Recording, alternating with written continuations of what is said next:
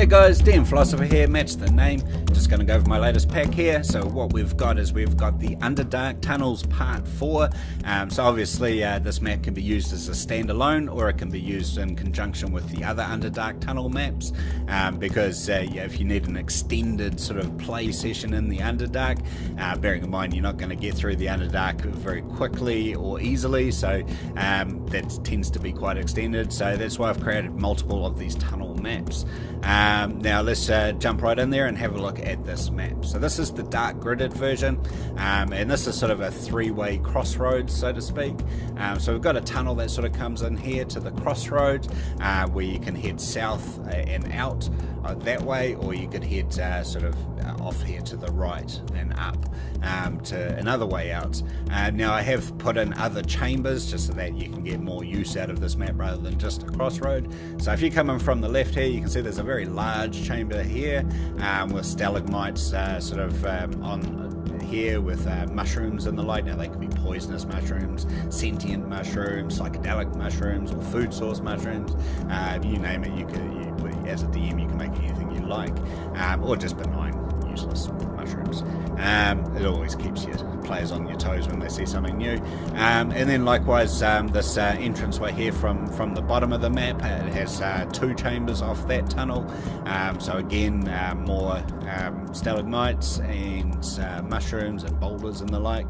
I always like to put in boulders because it really provides a space for your characters to hide behind, or to gain advantage, or to jump on top of, and for higher ground, or whatever the case may be.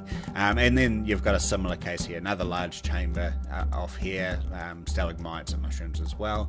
And if you come in from the top here, there's another large chamber.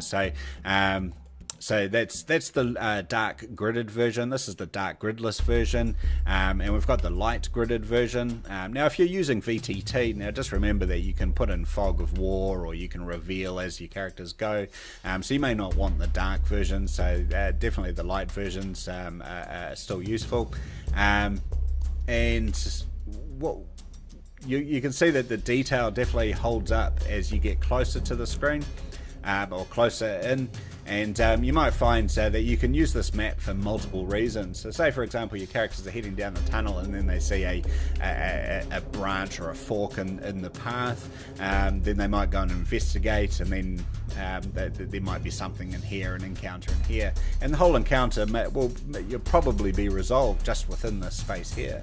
So you might find later on the characters are heading along, and you can rotate this map in your VTT, so it's works for whichever direction they're traveling in, and they're heading down here, and then lo and behold another fork and another cavern with another encounter, and then likewise a third time another encounter, fourth time another encounter. You got crossroads, you might have something really massive happening which utilizes the whole map. Definitely there's multiple spaces here that they can be used, so you're going to get a lot of use out of this map. So that, anyway, that's the daytime gridded map, and then the daytime gridless map. So if you're on VTT, you might want to establish your own grid. If you make the grid smaller than on my gridded map, then obviously they're going to be even larger spaces, just as a ratio.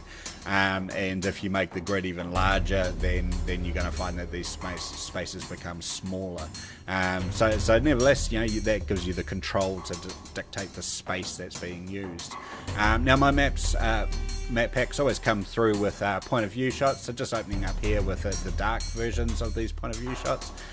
Exactly the same shots come in a light version as well, so you can choose which point of view shots you want to use. I find the dark ones are quite atmospheric. You might give them to humans, and the light ones you might give to dwarves and the like with dark vision, because they can see more detail. But anyway, we open up with an oblique shot, and we come in here from the left entranceway, sort of coming through. You can see that cavern off there to the right, and then we have a look inside the cavern, get a couple of shots from within the cavern, and then we're back into the tunnel, and here's the crossroads, and then this is the crossroads here, and then we come in from the south entrance, or the bottom entrance, and we work our way up, and here you can sort of see that fork with the chambers to the right and left, and then the crossroads up ahead. So jumping in and having a look at the left hand chamber, You know, you can see the mushrooms and the stalagmites. In the dark version, obviously, the detail is a little harder to see, but you can definitely get a sense of where the shadows are, especially for your rogues and the like. So you can see that chamber there. That's coming in from the left-hand side, sorry. And so that's the left-hand side. Then we see the chamber and the crossroads there. Oh no, this is coming in from the top right, sorry. And then you can see the chamber off to the side there. Sorry, that's my phone. Definitely see this chamber from a couple of different points of view. And then we head back towards the crossroads, and we end up with a shot of the crossroads there. So exactly the same point of view shots, just with the light, without the darkness and so on like that. Just sort of goes through the map. Pretty similar to the dark ones, just obviously the details there, which is why you could give these to the dwarves and other dark vision characters.